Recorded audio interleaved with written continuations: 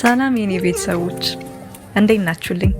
ዛሬ ይዤላችሁ የመጣሁት በዓለም የፊልም ታሪክ ውስጥ ትልቅ ስፍራ ስላለውና ከሁለት ተቃራኒ ዓለማት የመነጨ የአንድን ሰው ሕይወት ማንነትና አካል ሙሉ በሙሉ የለወጠ ድንቅ የፍቅርና የጦርነት ታሪክ ነው።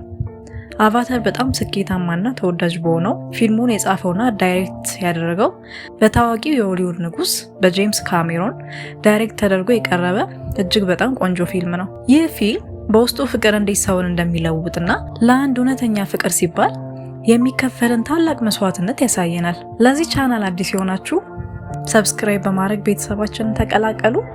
በቀጣይም ደግሞ ቆንጆ ስራዎችን ለእናንተ ማድረስ እንድችል ሰብስክራይብ በማድረግ እኔን ማበረታታችሁ እንዳትረሱ። እስከ መጨረሻው ድረስ አብራችሁን ቆዩ። ምክንያቱም የታሪኩ መዳረሻ ልባችሁን እጅግ የሚነካ ነው የሚሆነው። ታሪኩ የሚጀምረው በዋና ገጸ ባህሪው በጃክ ሱሊ ነው። ጃክ እግሮቹን ያጣና በዊልቸር የሚንቀሳቀስ የቀድሞ የባህር ኃይል ወታደር ነው። መንታ ወንድሙ በድንገት ሲገደል ወንድሙ ይሰራበት የነበረውንና በቢሊየን ዶላር የሚገመተውን የአቫታር ፕሮግራም እንዲተካ ወደ ፓንዶራ ፕላኔት ይላካል። ፓንዶራ የሰው ልጆች ውድ የሆነውን ማዕድን ለመዝረፍ የሚፈልጉባት ተፈጥሯ እጅግ አስደናቂና አደገኛ የሆነች ፕላኔት ናት። እዚያ ያሉት ነባር ነዋሪዎች ናቪ ይባላሉ። ረጃጅም ሰማያዊና ከተፈጥሮ ጋር ፍጹም ትስስር ያላቸው ህዝቦች ናቸው። የሰው ልጆች የናቪዎችን ዲኤንኤ ከሰው ልጆች ጋር በመቀላቀል አቫታር የተባለ ሰው ሰራሽ የናቪ አካል ፈጥረዋል።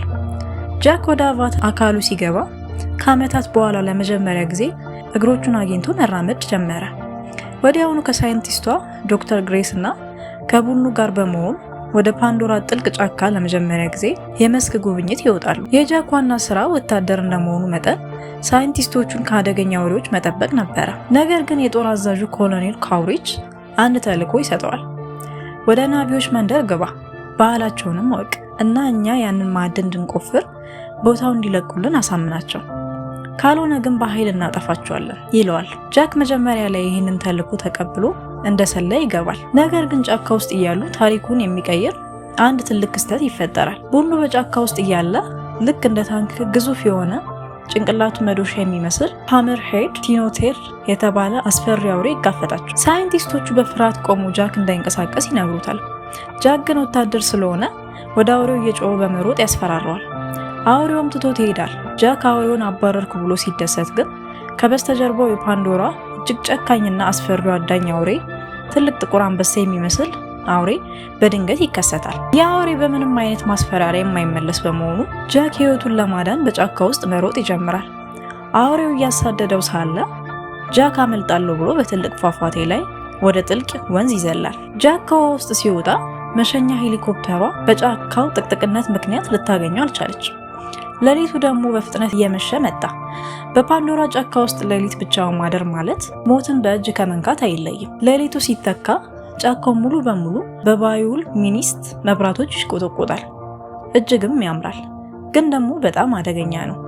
ጃክ ራሱን ለመከላከል ሲል ከእንጨት ችቦ ሰርቶ ይይዛል። ነገር ግን የችቦ ብርሃን እና የሰው ልጅ ሽታ የፓንዶራ አስፈሪ ውሾችን ይስባቸዋል። በ10 የሚቆጠሩ የቪፐር ወልፍ አውሬዎች ጃክን በክበብ ውስጥ ያስገቡታል። ጃክ ምንም እንኳን የአቫታር አካል ቢኖረውም በፓንዶራ ጫካ ውስጥ አዲስ ስለሆነ መከላከል አቅቶት አውሬዎቹ ሊወጫጨቁትና ሊገሉት ምንም አይቀራቸውም። ልክ በዚህ ወሳኝ ሰዓት ላይ ነው ኔትሪ የተባለችው ልጅ ከተራራው ላይ ሆና የምታየው። መጀመሪያ ላይ በቀስት ልትገለው አስባ ነበረ፣ ምክንያቱም የሰው ልጆችን በጣም ትጠላለች። ነገር ግን የነፍሳት ዘር በቀስቷ ጫፍ ላይ ሲያርፍ ኤዋ እንዳትገለው የከለከለቻት መስሏት ቀስቷን ታወርዳለች። አውሬዎቹ ጃክ ላይ ሊዘሉ ሲሉ ግን እሷ በታላቅ ጀግንነት ከተራራው ላይ እየተወረወረች በመምጣት በቀስትና በጩቤ አውሬዎቹን እየገደለች ጃክን ከሞት ታተርፈዋለች። ኔትሪ ጃክን ወደ ጎሳ ይዛ ከገባች በኋላ እናቷ ሞአት እሱን እንድታስተምረው ታዛታለች። መጀመሪያ አካባቢ በመካከላቸው ያለው ግንኙነት ቀላል አልነበረም። መጀመሪያ ላይ ኔትሪ ጃክን የምታየው እንደ ከባድ ሸክም፣ ምንም እንደማያውቅና ተፈጥሮን እንደማያከብር መጥፎ የሰው ልጅ ነበረ። ነገር ግን በየቀኑ አብሮ ሰዓት ማሳለፍ ሲጀምሩ ያ የራቀ ግንኙነት ወደ ጥልቅ ፍቅር መለወጥ ጀመረ። ኔትሪ ለጃክ እንዴት መራመድ እንዳለበት፣ በጫካ ውስጥ ድምጽ ሳያሰሙ በቀስታ መጓዝን እና የናቪዎችን ቋንቋ ማስተማር ጀመረች። ጃክ ምንም እንኳን ወታደር ቢሆንም ለሱ ያለው ክብርና ለመማር ያለው ጉጉት በጣም ከፍተኛ ነበረ። እሷ ስትቆጣው በትዕግስት ይሰማታል፣ ስታስተምረው በጥንካሬ ይተገብራል። ይህ የሱ ትህትናና ታማኝነት ኔትሪ በውስጧ ለሱ የነበራትን የጥላቻ ግድግዳ ቀስ በቀስ እንዲናድ አደረገው። በናቪዎች ባህል ጻይሉ ማለት በፀጉራቸው አማካኝነት ከእንስሳ ጋር የሚፈጥሩት የአእምሮና የነፍስ ትስስር ነው። ኔትሪ ጃክን ፈረስ ላይ አስቀምጣ ይህን ትስስር እንድታስተምረው ትሞክራለች። ጃክ መጀመሪያ ላይ መቆጣጠር አቅቶት ደጋግሞ መሬት ላይ ይወድቃል። እሷ ግን እየደጋገመች እየሳቀች አቅፋ ደግፋ በድጋሚ እንዲሞክር ታበረታቷለች። በመጨረሻም ሙሉ ለሙሉ ይለምደዋል። በመካከላቸው ያለው አካላዊና መንፈሳዊ ቅርርብ እዚህ ጋር መፈጠር ይጀምራል። ኔትሪ ጃክን እንዴት ቀስት እንደሚወረውር ስታስተምረው ከጀርባ ሆና እጆቹን ይዛ አተነፋፈሱን እንዲቆጣጠር ስትረዳው በመካከላቸው የሚፈጠረው የፊት ለፊት ቅርርብ እጅግ ስሜታዊ ነው። በተጨማሪም ጃክ ለመጀመሪያ ጊዜ አንድን አውሬ አድኖ ሲገድል ኔትሪ ለአውሬው ነፍስ እንዴት መጸለይና ማክበር እንዳለበት ታሳየዋለች። ጃክ የሰው ልጆችን ጨካኝ የጥፋት ባህሪ ትቶ የናቪዎች ሩሩ ልብ መጋራት ይጀምራል። አሁን ጃክ በሰውነት ውስጥ ያለው የናቪ መንፈስ ከኔትሪ ጋር አንድ አይነት ሆኗል። ጃክ ሙሉ የጎሳው አባል ለመሆን የመጨረሻውን ፈተና ማለፍ ነበረበት። እሱም በከፍተኛ ተራራ ላይ ወጥቶ የሚበረውን ዘንዶ መግራት ነው። ጃክ ሕይወቱን አደጋ ላይ ጥሎ ከበራሪው እንስሳ ጋር ታግሎ ሲያሸንፈውና ሰማይ ላይ ሲበር ኔትሪ በተራራው ጫፍ ላይ ቆማ በጥልቅ ኩራትና በፍቅር አይን ትመለከተው ነበር። ከዚያ በኋላ ሁለቱም በሰማይ ላይ በየራሳቸው በራሪ እየበረሩ የሚያደርጉት ጨዋታና ውድድር በመካከላቸው ያለውን የደስታና የፍቅር ትስስር ይበልጥ ያጠናክረዋል። ከእንግዲህ ጃክ የናቪ አካል ብቻ ሳይሆን የናቪዎች እውነተኛ ጀግና ሆኗል። በዚያው ሌሊት ኔትሪ ጃክን ለየት ያለ ድምፅ ወደሚያወጣውና የናቪዎች ቅዱስ ስፍራ ወደ ሆነው ትሪ ኦፍ ቮይስስ የድምፅ ዛፍ ይዛው ትሄዳለች።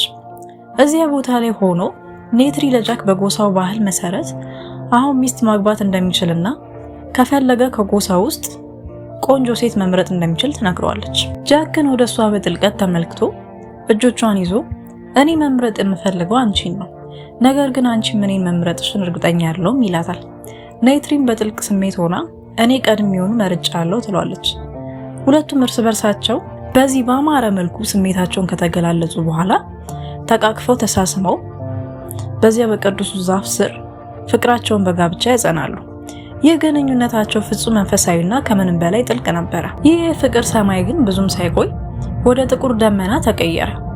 የሰው ልጆች ጦር አዛዥ ኮሎኔል ካውሪጅ ጃክን ጠርቶ የሰጠው ጊዜ አብቅቷል፣ ናቪዎቹ ቦታውን አይለቁም፣ ስለዚህ ዛሬውኑ ያንን ታላቅ መኖሪያ ዛፍ በቦምብ እናፈርሰዋለን ይለዋል። ጃክ ናቪዎቹን ለማዳን ሲል ፈጥኖ ወደ አቫታር አካሉ ይመለሳል። በመንደር ውስጥ ታላቅ ሁከት ተፈጥሯል። ጃክ ኔትሪን እና ህዝቡን ለማዳን ሲል እውነቱን ለመናገር ይገደዳል። እባካችሁ እኔ መጀመሪያ የመጣሁት ልሰልላችሁ ነበረ፣ የሰው ልጆች ይህንን ቦታ ሊያጠፉት ነው ብሎ ሲናገር በመላው መንደር ውስጥ ታላቅ ጩኸትና ቁጣ ይነሳል። ኔትሪን ስትሰማ ዓለሟ ሁሉንም ይናደው። በፍቅር ያመነችው ህይወቷን የሰጠችው ሰው የገዛ ህዝቧን ሊያጠፋ የመጣ ሰላይ መሆኑን ስታቅ ልቧ ሺህ ቦታ ይሰበራል። ጃክን መሬት ላይ ጥላው በለቅሶና በንዴት እየጮኸች አንተ ከሃዲ፣ እኔ አምኜ ነበረ፣ እዚህ እንዳያ አልፈልግም፣ ፈጽሞ እዚህ እንዳትመለስ ብላ ታባረዋለች። ወዲያውኑ የሰው ልጆች ታላላቅ የጦር ሄሊኮፕተሮችን ይዘው በመምጣት ጋዝና ቦምብ መጣል ይጀምራሉ። ያለ ሺህ ዓመታት የኖረው ታላቁ መኖሪያ ዛፍ እየተቃጠለ መሬት ላይ ሲንከባለ የናቪ ህዝቦች በሙሉ በጣም ያዝናሉ። የኔትሪ አባትና የጎሳው መሪ በቦምብ ፍንጣሪ ቆስሎ በልጁ እቅፍ ላይ ይሞታል። ናቪዎች ተስፋ ቆርጠው የቆሰሉትን ይዘው ወደ ጫካው ጥልቅ ክፍል ይሸሻሉ። ጃክም ከአቫታር አካሉ ተቋርጦ በሰው ልጆች እጅ ይታሰራል እና ለጊዜውም ቢሆን ፍቅራቸውና ተስፋቸው ሙሉ በሙሉ የጨለመ ይመስል ነበረ። ጃክ ግን እጁን አልሰጠም። በሳይንቲስቶች እርዳታ ከእስር ቤት አምልጦ ወደ ጫካው ይገባል። አሁን በናቪዎች ዘንድ እሱ ጠላትና ከሃዲ ስለሆነ ዝም ብሎ በሄድ ወዲያውኑ ነው የሚገሉት። የኔትሪን ፍቅር ለመመለስና የናቪዎቹን እምነት መልሶ ለማግኘት አንድ የማይቻልና እጅግ አደገኛ ነገር ማድረግ እንዳለበት ይወስናል። በፓንዶራ ሰማይ ላይ የሚበር ከኤክራን በ10 እጥፍ የሚበልጥና ማንም ናቪ ሊገራ የማይችል ቶርክ ታላቁ ቀይ አውሬ አለ። በናቪዎቹ ታሪክ ውስጥ ይህንን አውሬ መማረክ የቻለ ሰው ቶርክ ማካቶ ይባላል። እሱ በታሪካቸውን ህዝቡን ከጥፋት የሚያድን ታላቅ መሪ ነው። ጃክ ከሰማይ ላይ በድንገት በመዝለል ህይወቱን ሙሉ በሙሉ አደጋ ላይ ጥሎ ያንን አስፈሪ ቀይ አውሬ ይገራዋል። ናቪዎች በሙሉ ተስፋ ቆርጠው በቅዱሱ የነፍሳት ዛፍ ስር እያለቀሱ ሳለ ከሰማይ ላይ ታላቅ ጥላ ያርፋል። ቀና ብለው ሲያዩ ጃክ በታላቁ ቀይ አውሬ ላይ ሆኖ ወደ መሬት ይወርዳል። ናቪዎች በሙሉ በፍርሃትና በአክብሮት ይንበረከኩለታል። ኔትሪ ጃክ በዛ አስፈሪ አውሬ ላይ ስታየው በአይኖቿ ውስጥ የነበረውን ጥላቻና ቁጣ ወዲያው ወደ ታላቅ መደነቅና ፍቅር ይቀየራል። ጃክ ለሷና ለህዝቧ ሲል ህይወቱን ሰጥቶ ያደረገውን ጀግንነት አይታ ወደሱ ቀርባ እጁን ትይዛለች። ፍቅራቸውን በድጋሚ ሕያው ይሆናል። ጃክ ሁሉንም የፓንዶራ ጎሳዎች በሺዎች የሚቆጠሩ ተዋጊዎችን በአንድ ላይ ያስተባብራል። ለተፈጥሮ አምላክ ለኤዋም ተንበርክኮ ይጸልያል። እባክሽን ናቪዎችን አድኚ፣ የሰው ልጆች ተፈጥሮሽን ሊያጠፉ ነው ይላል። እናም ታላቁ የፍጻሜ ጦርነት ይጀምራል። የሰው ልጆች ዘመን መጋዘኖችና ቦምቦችን ይዘው ይመጣሉ። ናቪዎች ደግሞ በቀስትና በፈረስ ይጋጠማሉ። ጦርነቱ እጅግ አሰቃቂ ነበረ። ብዙ የጃክ ጓደኞችም ይሞታሉ። ናቪዎች ሊሸነፉም ሲሉ የጃክን ጸሎት የሰማችው ተፈጥሮዋ ምላሽ ትሰጣለች። በጫካ ውስጥ ያሉ በሺዎች የሚቆጠሩ አራዊት፣ የሰማይ ወፎች በሙሉ በአንድነት ተነስተው የሰው ልጆችን ጦር መደቆስ ይጀምራሉ። የጦርነቱ መጨረሻ ምዕራፍ የሚጠናቀቀው በኮሎኔል ካውሪጅ እና በጃክ መካከል በሚደረገው ፍልሚያ ነው። ኮሎኔሉ በትልቅ የብረት ሮቦት ውስጥ ሆኖ የጃክን አቫታር አካል ሊገል ይሞክራል። በመሃል ኮሎኔሉ አንድ ነገር ያስተውላል። የጃክ እውነተኛ ሰዋዊ አካል በአቅራቢያው ባለ ሳጥን ሊንክ ሻክ ውስጥ እንዳለ ይረዳል። ኮሎኔሉ ሮቦቱን ተጠቅሞ የሳጥኑን መስታወት ይሰብረዋል። በዚህ ጊዜ የፓንዶራ መርዛማ አየር ወደ ሳጥን ውስጥ ይገባል። በሳጥን ውስጥ ያለው ደካማውና እግሮቹን የማይሰሩት የጃክ ሰዋዊ አካል አየር አጥሮት እየተንፈራገጠ መሞት ይጀምራል። ይህ ሲሆን በአቫታር አካል ውስጥ ያለው ጃክ ኃይል አጥቶ መሬት ላይ ይወድቃል። ኮሎኔሉ በጩቤ ሊወጋው ሲል ኔትሪ በታላቅ ቁጣ ከተራራው ላይ ዘላ ትመጣና ሁለት ገዳይ ቀስቶችን በኮሎኔሉ ደረት ላይ በመንደፍ ወዲያውኑ ትገለዋለች። ኮሎኔሉ ሲሞት ኔትሪ ወዲያውኑ ወደ ሳጥን ውስጥ ትሮጣለች። እዚያ ውስጥ የምታገኘው ግን ያን ረጅሙን ሰማያዊውንና ጠንካራውን ጃክ አይደለም። ለመጀመሪያ ጊዜ የምታየው እግሮቹ የማይሰሩትን በጣም አጭርና ደካማ የሆነውን አየር አጥሮት ሊሞት የተቃረበውን እውነተኛውን የሰው ልጅን ጃክ ነው። እሷ ግን ምንም ሳትጠየፈው ፈጥና አቅፈው መሬት ላይ የወደቀውን የኦክሲጅን ማስክ ፊቱ ላይ ታደርግለታለች። ጃክ ቀስ በቀስ ነፍሱ ስትመለስ አይኖቹን ገልጦ በናቪ ቋንቋ አይሻለሁ ይላታል። እሷም ያንን ደካማ የሰው ልጅ ፊቱን በሁለት እጆቿ ዳሳ በለቅሶና በጥልቅ ፍቅር ሆና እኔም አይሃለሁ ትለዋለች። ይህ ትዕይንት ፊልም ውስጥ ካሉ ክፍሎች ሁሉ የላቀ ነው። ምክንያቱም ፍቅር ውጫዊ ገጽታና አካልን ሳይሆን የሰውን ነፍስ መውደድ መሆኑን ያረጋገጠበት ታላቅ ትዕይንት ነው። በመጨረሻም የሰው ልጆች በሙሉ ተሸንፈው ወደ መጡበት የፈረሰች መሬት እንዲመለሱ ተባረሩ። ጃክ ግን ወደዛ ደካማ የሰው ልጅ አካሉ መመለስ አልፈለገም። በቅዱሱ የነፍሳት ዛፍ ትሪ ኦፍ ሳልስ ስር መላይ ናቪ ህዝብ ተሰብስቦ ታላቅ መንፈሳዊ ጸሎት ያደርጋል።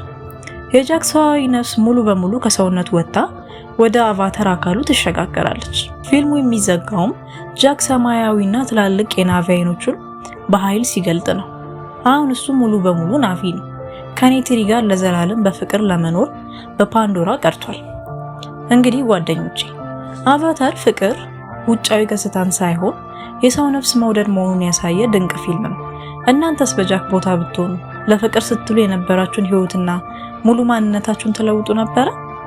ሌላው ደግሞ የጃክና የኔትሪ የፍቅር ታሪክ ቀጣዩ ክፍል ላይ ምን ደረጃ ላይ እንደደረሰና ልጆቻቸው ምን እንደገጠማቸው የሚያሳየውን የአቫታር ሁለተኛ ፓርት የሆነውን The Way of Water የታሪክ ትንተና ቀጣይ እንድንሰራው ትፈልጋላችሁ? አሁን ፈልጋለን የምትሉ ከሆነ አሁኑኑ ኮሜንት ላይ አስፍሩልኝ።